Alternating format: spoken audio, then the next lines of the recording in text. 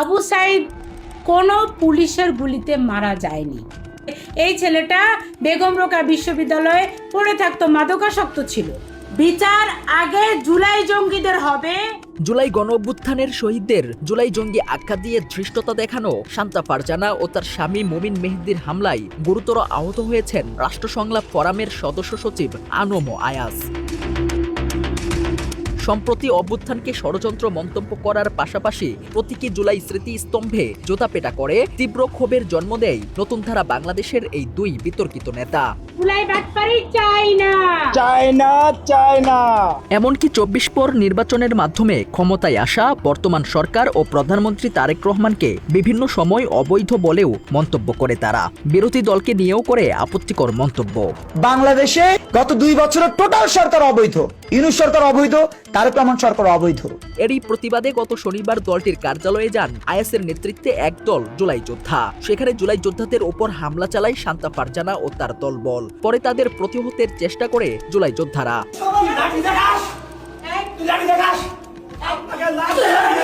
এরই জেরে মঙ্গলবার রাত ৯টার দিকে প্রেস ক্লাবের সামনে ক্যান্সার জয়ী ও জুলাই অভ্যুত্থানে আহত আয়াসকে মাটিতে ফেলে সেফটি স্টিক দিয়ে পেটায় শান্তা ও তার সহযোগীরা।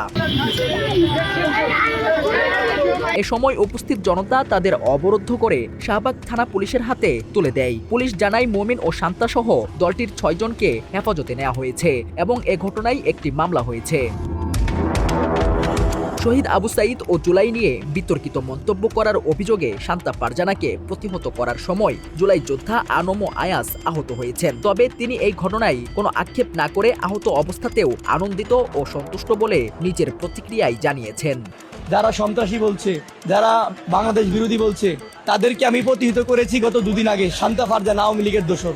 আবার যখন তারা শহীদ পরিবারকে কটাক্ষ করছে তখন আমি প্রতিবাদ করতে যাই। আমার সামনে ২-৩ জন ছিল, আমার সাথে আমাদের সহযোদ্ধারা মাত্র, আর তারা ২০-২৫ জন ছিল।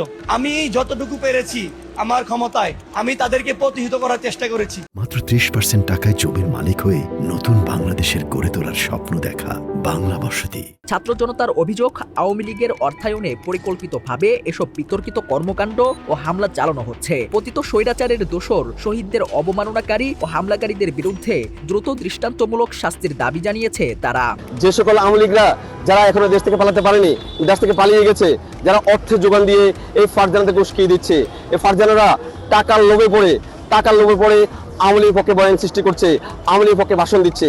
আমার কাছে মনে হচ্ছে এই মুহূর্তে স্পষ্ট বিষয় যে আমরা শেখ হাসিনাকে তাড়ালো, এখনো পর্যন্ত তাড়াতে পারেনি আওয়ামী লীগ দোসরদের, দালালদের, চামচাদের। শুধু শেখ হাসিনাকে ফাঁসি নয়, যারা খুনের সাথে জড়িত, গণহত্যার সাথে জড়িত, বর্তমান উস্কানির সাথে জড়িত, বর্তমান যারা আওয়ামী লীগের বয়ান দিচ্ছে তাদের সাথে জড়িত, সকলেই গণহত্যার সামিল, সকলে গণহত্যার সহযোগী, সকলে স্বৈরাচারের সহযোগী, সকলে আওয়ামী লীগের সহযোগী। অর্থাৎ তাদেরকে এই শাস্তির আওতায় আনতে হবে। আর একটা বিষয় হচ্ছে, খুনি হাসিনার হাতে তো হিউজ পরিমাণ টাকা আছে। এই টাকা দিয়া সে হায়ার ভাড়া করে, বাংলাদেশের রাজনীতিবিদ বা রাজনীতি নেতা এদেরকে হায়ার ভাড়া করে বাংলাদেশে বিভিন্ন ধরনের উচ্ছৃঙ্খল পরিবেশ সৃষ্টি করার জন্য এদেরকে লেলিয়ে দেয়।